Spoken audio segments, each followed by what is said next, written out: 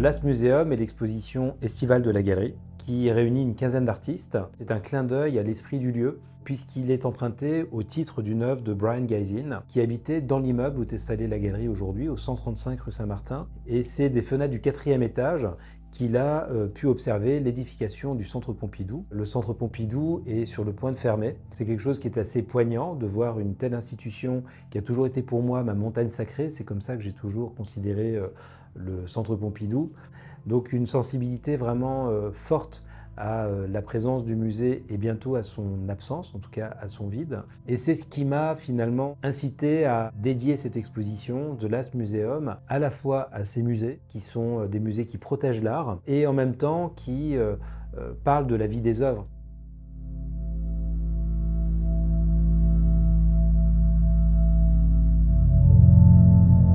À l'entrée de l'exposition, nous avons une œuvre très importante de Sophie Ristel-Huber, qui peut être générique aussi de cette idée du musée dans sa fragilité, et elle photographie les monuments et la façon dont ces monuments souffrent de la guerre. On ne voit que des bâtiments qui sont blessés, et cette photographie que nous montrons est une vue du musée de Beyrouth.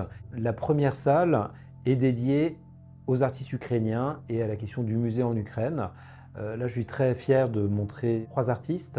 Nikita Kadan avec une série d'aquarelles qui sont des aquarelles que Nikita a faites de monuments publics qui sont presque invisibilisés. Je suis très fier de montrer une vidéo d'un jeune duo d'artistes ukrainiens. Je présente ici une installation vidéo qui s'appelle Museum of the Bombings, qui est une vidéo réalisée à Kherson, dans un musée d'histoire locale, qui a été vandalisé et vidé de ses œuvres par l'armée russe.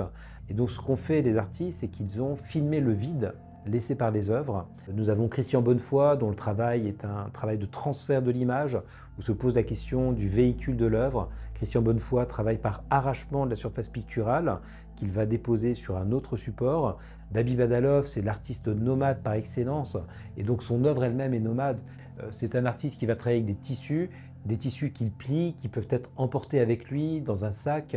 Donc on est dans cette image nomade aussi des œuvres d'art qui n'ont pas d'atelier fixe, si je puis dire. Nous terminons cette exposition avec des œuvres au rez-de-chaussée de Anthony Goicolea et de Georges Tonistol, qui parlent aussi de cette fugacité de l'œuvre lorsqu'elle est incarnée dans le corps de l'artiste et dans la performance. Donc c'est le cas de cette série de photographies Le Couloir, qui est historique des années 90, de Georges Tonistol, ou Anthony Goicolea, avec cette peinture presque initiatique, où il se représente plusieurs fois lui-même.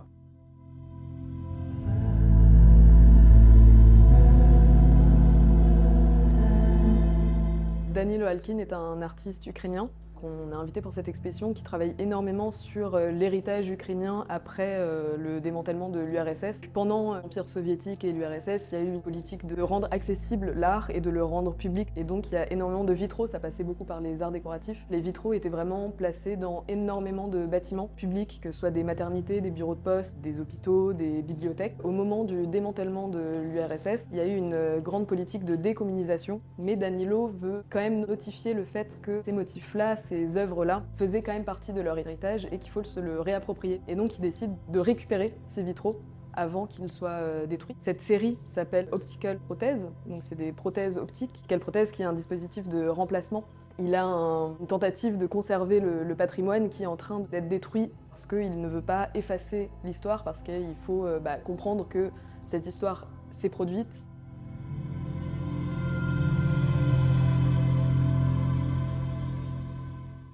Ce que vous voyez derrière moi, c'est une sculpture de Wesley Meurice. Elle ressemble à une vitrine, comme on en trouve énormément dans les musées. Ce sont vraiment des dispositifs scénographiques. Et justement, c'est avec ça que Wesley Meurice joue. C'est un artiste flamand. Et la particularité de son travail, c'est justement de poser des questions quant à l'emplacement, à la position du spectateur vis-à-vis de l'œuvre. Et là, ce qu'elle nous dit, cette vitrine, c'est que quelque chose a disparu. Et finalement, ce à quoi on va s'intéresser, ce n'est pas l'œuvre elle-même, mais plutôt son aura, le cadre dans lequel elle existe. On va finalement ne plus se poser la question de ce qu'on regarde, mais finalement, est-ce qu'on ne fait pas partie aussi de cette œuvre? Est-ce que le spectateur n'est pas un élément à part entière de l'exposition?